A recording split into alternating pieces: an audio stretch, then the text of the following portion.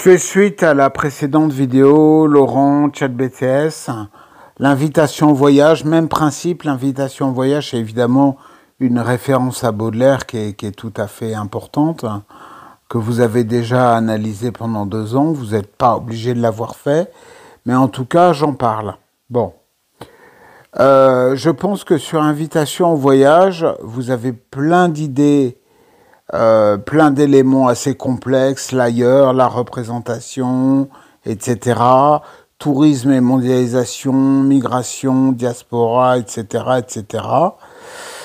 Moi, je vais pas reprendre les idées là que j'ai développées. Vous avez Sur la route, vous avez Paulo Coelho, etc. C'est des choses intéressantes pour vous.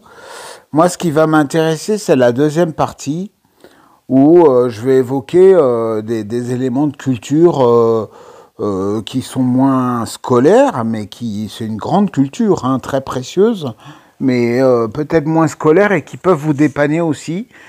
Mais comprenez bien que je vous prends en aucun cas pour des ignares. C'est pas du tout ce que je veux dire, mais je veux dire que vous avez peut-être priorisé vos matières. Et voilà. Hein. Il y a Into the Wild, je sais pas si vous l'avez vu, c'est un film. Vous avez la musique qui implique le voyage. Il y a eu la mode, il y a eu du métissage. Aujourd'hui, il y a une musique qu'on peut noter, je sais pas, penser à des styles, ça vous savez en parler. Migration et diaspora, etc. Bon, alors, par contre, au niveau bien sûr d'une autre culture Gen Z, on a l'invitation au voyage. On pourrait alors, il y a le clip Bon Voyage, Cachemire et Mamik. Ok.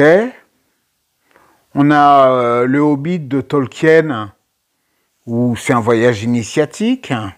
Il y a Eat, Pray and Love, je ne sais pas si vous l'avez vu, très bon film. Into the Wild, ok. Road Tripping des Red Hot, bien sûr.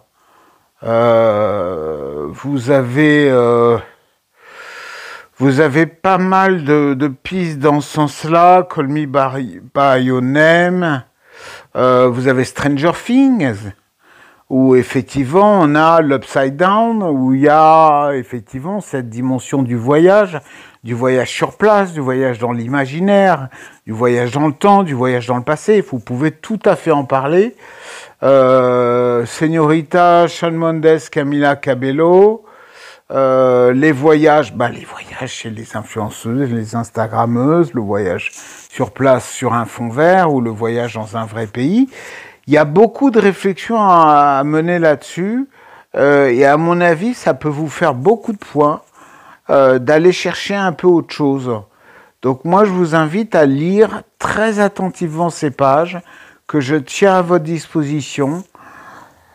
chatbts3.0@gmail.com. Comme je l'ai dit, j'essaye de faire un groupe WhatsApp, ça prend pas des heures, mais il faudra que je le lance et que je vous envoie ça.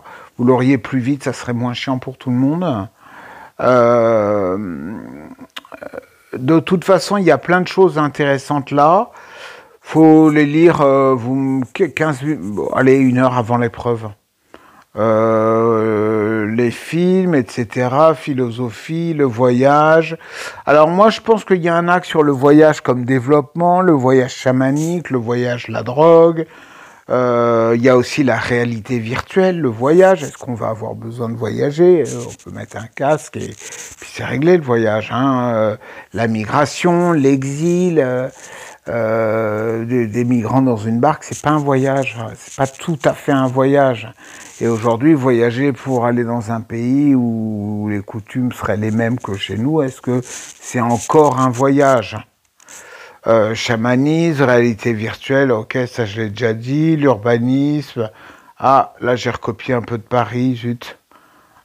Développement personnel, découverte culturelle, la communication, etc.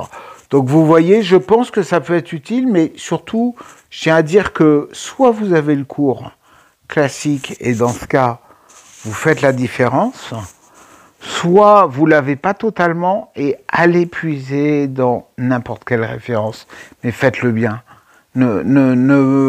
Surtout, le piège, Ne pensez pas que le correcteur sait que vous savez. Le correcteur, il veut pas se faire chier, il veut un devoir propre, bien écrit, et il ne préjuge pas du tout de votre savoir. Vous pouvez utiliser n'importe quelle référence, si c'est intéressant et bien écrit, ça passe. Donc vous commentez vos exemples.